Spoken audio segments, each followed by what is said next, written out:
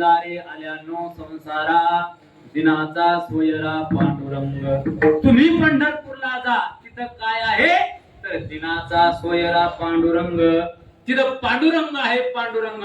आणि काय करतो तो विटेवरती उभा आहे विटेवरती. आणि तिथं काय करतो उभा राहून जो भक्त येईल जो भक्त येईल तो कसा आला तरी लक्षात ठेवा त्याच्या मनात नसलं काय ना असलं काय आला ना त्याचा उद्धार करणे हे त्याचं काम आहे लक्षात ठेवा. आणि हे कोणामुळे झालं हे महाराज हे फक्त लक्षात ठेवा पुंडलिकामुळे झालं. पुंडलिकामुळे का पुंडलिकाने त्याला उभा केलेला आहे लक्षात ठेवा. पुंडलिक ऐसा कार्य कार्य पुण्या मातलासी उभे केले विठ्ठलासी.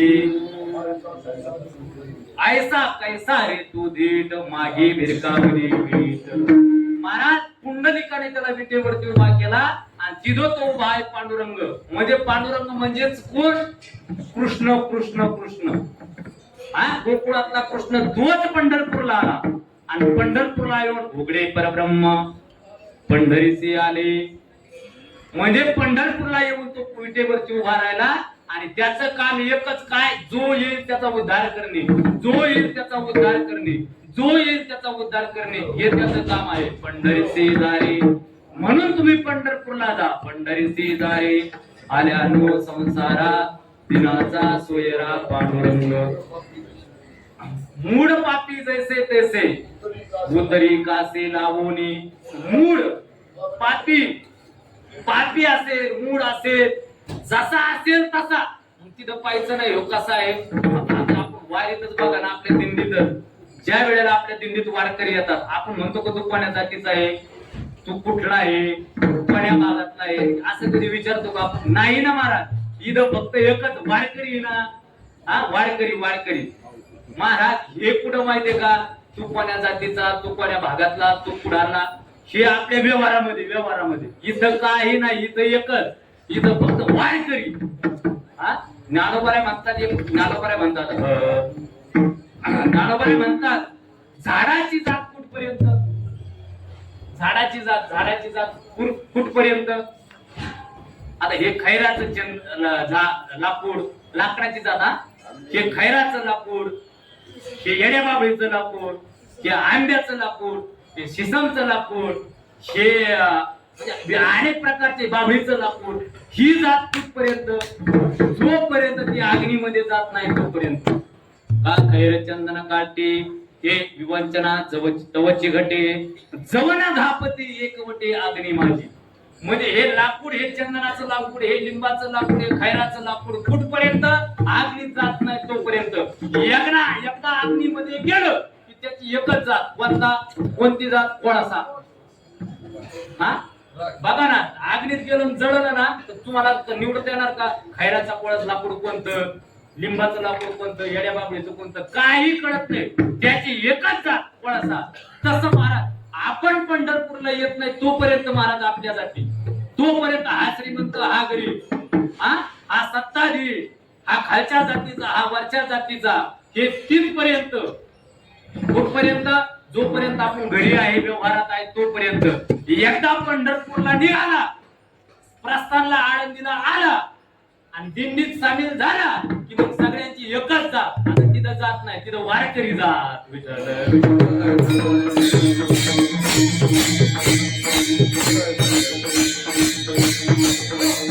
तिथं म्हणत नाही हे तू कुठला काय ते काहीच नाही. मग तिथं माऊली माऊली माऊली माऊली चला माऊली चला माऊली माऊली इथं बसू नका घाण होती पलीकडे जा पलीकडे जा. कळलं ना? हे नाही कळालं, विचारलं.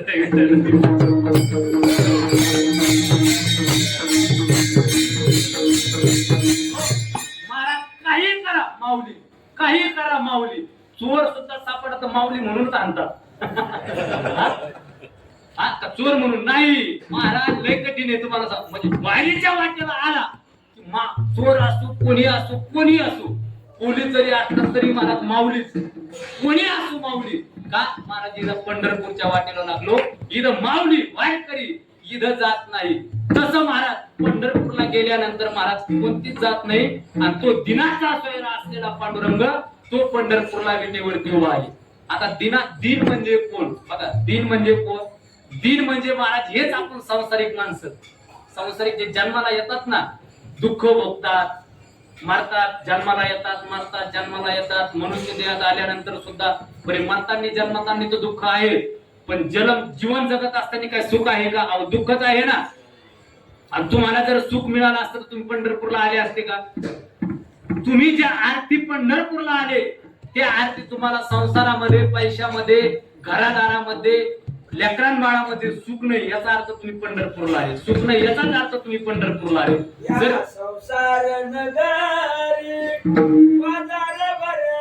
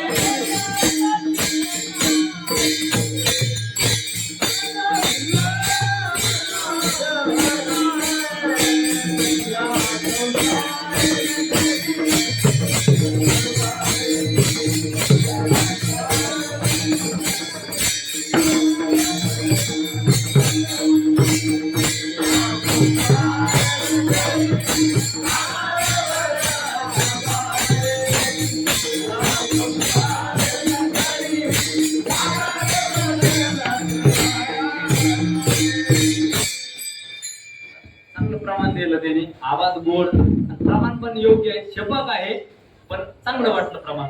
म्हणजे काय सांगतात? या संसार नगरी बाजार भरला, यात सुख नाही त्यात सुख नाही. बघा ना, हा म्हणजे हेच ना महाराज. आणि या संसार नगरी म्हणजे संसारात जन्माला आल्यानंतर कशात सुखी सांगा बरं? याच्यात सुख नाही, त्याच्यात सुख नाही, याच्यात मिळेल, त्याच्यात मिळेल, त्याच्यात मिळेल, याच्यात मिळेल, पण सुख काय मिळालं लक्षात ठेवा. काय महाराज, आपण दुःखी का आहे माहितीये का? आपण दुःखी का आहे? आपल्याला मिळत नाही म्हणून दुःखी नाही. मिळतं, काय मिळत नाही आपल्याला? सगळं काय मिळतं. जुन्या काळामध्ये जर बघितलं तर काहीच नव्हतं, तरी लोक समाधानी सुखी होते. आणि आता सगळं काय आहे पण लोक दुःखी आहे, दीन आहे. हा, चेहऱ्याकडे पाहिलं का कधी पण 12च वाजलेले, कधी पण 12च वाजलेले, का समाधान नाही ना. आणि जुन्या काळात काहीच नव्हतं तरी समाधानी लोक होते. तुम्हाला सांगतो आपलं काय झालं माहितीये का? आपल्याला खायला मिळत नाही म्हणून दुःखी नाही. खायला भरपूर मिळतं लक्षात ठेवा, पण हेच खायला मिळत नाही म्हणून दुःखी. कळालं ना? हे महत्वाचं आहे, हा लक्ष देऊ नाही का? आपल्याला घालायला कपडे मिळत नाही म्हणून दुःखी नाही, हेच कपडे घालायला मिळत नाही म्हणून दुःखी. आपल्याला गाडी 4 चाकी गाडी मिळत नाही म्हणून दुःखी नाही. 4 चाकी गाडी आहे पण हीच गाडी मिळत नाही म्हणून दुःखी आहे. हा, आपल्याला म्हणजे मला सांगायचं काय, आपण बघा ना, आता कपडे प्रत्येकाला ना हो, कोणता उघडा राहतो का? प्रत्येकाला. काही ना एवढे कपडे तुम्हाला सांगतो, एवढे कपडे झाले तुम्हाला सांगतो. आता पुढे सांगतो जरशी. म्हणजे कपडे घालायला पण मला लिलनचाच कपडा मिळत नाही म्हणून दुःखी आहे. हा, साडी मिळती घालायला पण महाराज पैठणीच मिळत नाही म्हणून दुःखी आहे. म्हणजे कपडे आपल्याला सगळं हेच मिळत नाही म्हणून आपण दुःखी आहे. आणि थोडं पाठीमागं बघा बरं संसारातलं, थोडं पाठीमागं जा, 30 ते 35 वर्षाच्या पाठीमागे जा. गेले का? गेले का? अहो गेले का? हा म्हणा ना. नाहीतर जाताना उठून तिकडं विचाराने पाठीमागे जा. विचाराने 30 ते 35 वर्षाच्या पाठीमागे जा. काय होतं बरं माणसाकडं? काय होतं? काहीच नव्हतं. काहीच नव्हतं. बघा घराच्या बाबतीत जर विचार, 3 मूलभूत गरजा सांगितलेल्या, अन्न, वस्त्र आणि निवारा. या मानवाच्या 3 मूलभूत गरजा सांगितलेल्या आहेत. या 3ही गरजा परिपूर्ण नव्हत्या 30 वर्षाच्या पाठीमागे. होत्या का? आता तुम्हाला पाठीमागे नेतो. पाठीमागे तुम्ही आलेले ते पण तुम्हाला सांगतो.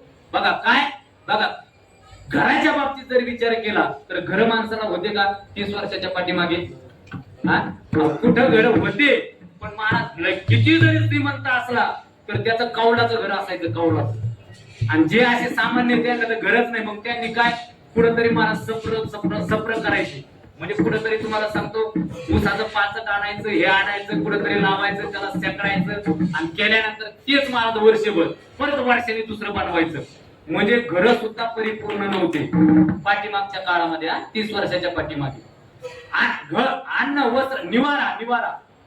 परत अन्नाच्या बाबतीत जर विचार केला तर खायला सुद्धा लोकांना परिपूर्ण नव्हतं. बघा खायला तर काही लोक एक टाइम उपाशी झोपायचे. सकाळी खायला मिळालं तर संध्याकाळी मिळत नव्हतं. खरं का नाही? खरंय का नाही? बघा ना, जुन्या लोकांना विचारा, काहीच मिळत नव्हतं. बघा म्हणजे पुण्याचं म्हणजे खायला वाटाने सुद्धा काही मिळत नव्हतं, कारण यांच्या रस्त्यानेच काही नव्हतं, यांच्याकडे देणाऱ्याकडेच काही नव्हतं.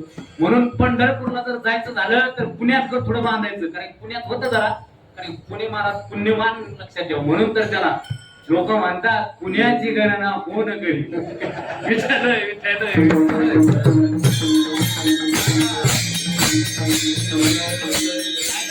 आम्ही भंडारा डोंगरावरती गेलो. भंडारा डोंगरावरती जात असताना गर्दी असल्यामुळे आम्हाला चालत यावं लागलं. रात्री दिवस असाच वेळ होता.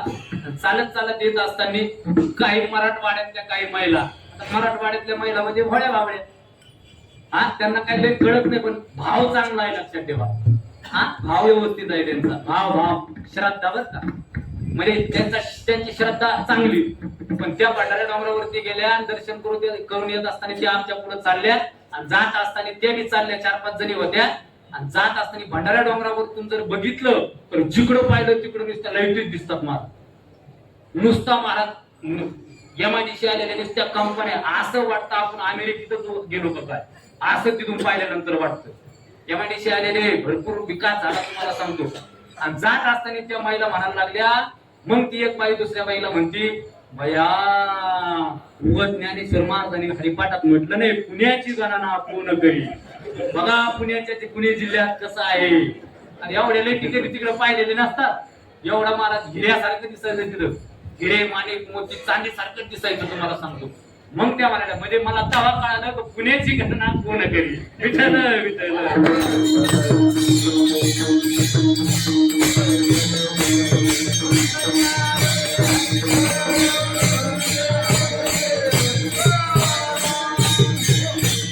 सांगायचं. अन्न खायला सुद्धा मिळत नव्हतं. अन्नाच्या बाबतीत खायलाच मिळत नाही ना महाराज. जुन्या काळात उपाशी ना. आता जर बघितलं तर महाराज रोज गोड पदार्थ आहे. रोज गोड. महाराज जुन्या काळात चपाती सुद्धा खायला मिळत नव्हती. चपाती मिळाली तर सणालाच मिळायची. आणि जर मधात मिळाली तर लोकांना वाटायचं हा सण आहे का, कारण चपाती खायला मिळत नव्हती. नाहीतर बाजरीच्या भाकरी, हायब्रिडच्या भाकरी, नाहीतर ते नाचणीच्या भाकरी एवढंच खायला मिळायचं.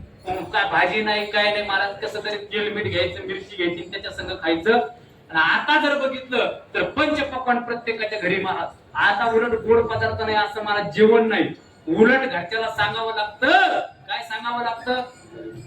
काय बनवलं? ती म्हणते पंचपक्वान्न. श्री बालाजीचा बेत बनवला. श्री बालाजी म्हणजे माहितीये का? नाही का? सांगू का? श्री म्हणजे श्रीखंड, बा म्हणजे बालुशाही, जी म्हणजे ला म्हणजे लाडू, आणि जी म्हणजे जिलाबी. याला म्हणतात श्री बालाजीचा बेत. असा प्रत्येकाच्या घरी असतो रोज. आता कारण की तेवढं आलेलं ते. मग ती म्हणते श्री बालाजीचा बेत बनवला. मग ती म्हणेच, मग बाकी तो घरातला मालक सांगतो ते श्री बालाजीचं देत